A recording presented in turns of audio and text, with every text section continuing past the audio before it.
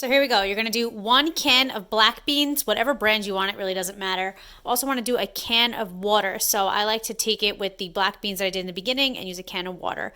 Then rinse your red beans or your kidney beans, and you're just going to rinse that can out really well. You're also going to strain the can, and you're going to put that into the crock pot. Then you're going to take your corn, your sweet corn, again, any brand will do, and you're going to strain them crushed like tomatoes to like make a tomato sauce or a gravy, and you're going to use the entire can in there. This part's optional, but you can do it with the meatless option, or you can do it with meat, or you could just literally eliminate this part completely. But we use the Boca meatless because I don't eat meat.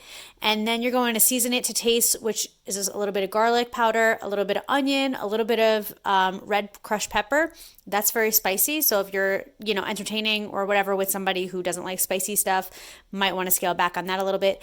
And then you're just going to mix it. You're going to put the lid on. You're going to put it on high and literally just let it sit there for the rest of the day. So I hope you guys like this video. Thank you so much for your love and support. And I hope to see you guys in my next video. Until next time, work hard, dream big, eat cake. Bye guys.